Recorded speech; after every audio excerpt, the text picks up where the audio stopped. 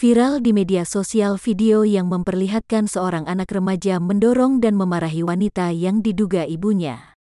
Rekaman menjadi bahan perbincangan warganet setelah diunggah oleh akun Instagram @riposwogiri, Minggu tanggal 9 Mei tahun 2021.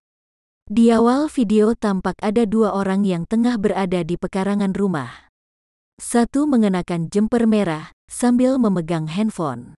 Sedangkan wanita lainnya yang mengenakan atasan biru dan bawahan hitam. Belum diketahui penyebabnya, tiba-tiba anak tersebut mendorong wanita yang mengenakan pakaian biru hingga terjatuh. Sementara si bocah melihat sambil marah-marah. Hingga Senin tanggal 10 Mei tahun 2021, video ini telah ditonton lebih dari 32.000 kali dan menuai ratusan komentar dari warganet. Dari penelusuran di kolom komentar, kejadian itu diduga terjadi di Desa Pucung, Kecamatan Eromoko, Kabupaten Wonogiri, Jawa Tengah.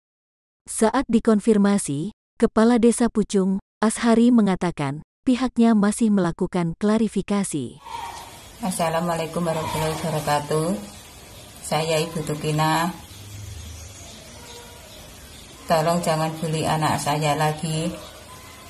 Anak saya sudah minta maaf. Dan saya sudah memaafkan. Masalah ini sudah selesai.